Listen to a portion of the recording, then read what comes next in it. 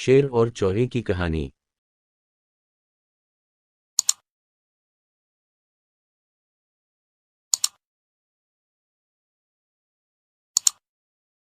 एक दफा का जिक्र है कि शेर जंगल में सो रहा था। इसी दौरान एक चौहे का भी यहाँ से गुजर हुआ। चौहा अपनी मौज मस्ती में मग्न था। चौहा चलते चलते अचानक से शेर के ऊपर चढ़ गया और अपनी उछल कूद करने लगा।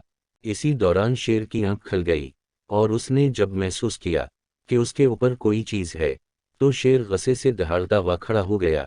जब शेर खड़ा हुआ तो उसके ऊपर मौजूद चौहा नीचे आ गिरा और शेर ने इसे अपने पंजे में दबोच लिया ताकि वो इसे मार डाले। मुझे बख्शिश दें बादशाह सलामत, चौहे ने रोते हुए शेर से दरख्वास्त की। शेर ने गुस्से में कहा कि क्या तुम्हें मालूम नहीं उस जंगल का बादशाह आराम कर रहा है। चौहे ने कहा कि बादशाह सलामत, मुझे नहीं मालूम था कि आप आराम फरमा रही हैं। मुझे मुआफ़ कर दें, मैं कभी ये गलती दोबारा नहीं करूँगा।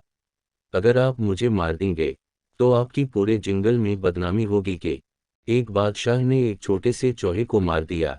लेकिन अगर आप मुझे मुआफ़ कर देंगे तो मैं आपका ये एहसान याद रखूंगा और एक दिन ज़रूर आपको उसका बदला भी दूंगा। शेर ये सुनकर बहुत ज़ोर से हंसा और कहने लगा कि जो चौहा अपनी जान नहीं बचा सकता वो मुझे क्या सलाह देगा।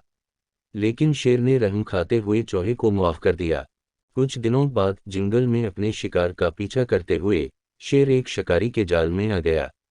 उसने बहुत कोशिश की पर उस जाल से न निकल सका। शेर ने गुस्से से दहाड़ना शुरू कर दिया। चौहा उस आवाज़ को पहचानता था और उसने जब उस आवाज़ का पीछा किया तो उसने देखा कि वही शेर जाल में था जिसने कुछ रोज़ पहले उसकी जान बख्शिश दी थी। चौहा ये देखकर फौरन जाल की तरफ भागा और अपने तेज दांतों से इसे काटने लगा। कुछ देर गुजरने के बाद चौहे ने शेर को उस जाल से आज़ाद करा लिया। शेर ने बाहर आकर चौहे का शुक्रिया अदा किया और कहा कि तुमने अपना कहा सच कर दिखाया और मेरे एहसान का बदला मुझे दे दिया। नतीजा, इस कहानी से हमें ये सबक मिलता है कि एहसान का बदला ज़रूर मिलता है। किसी भी चीज़ को हक़ीर न समझें।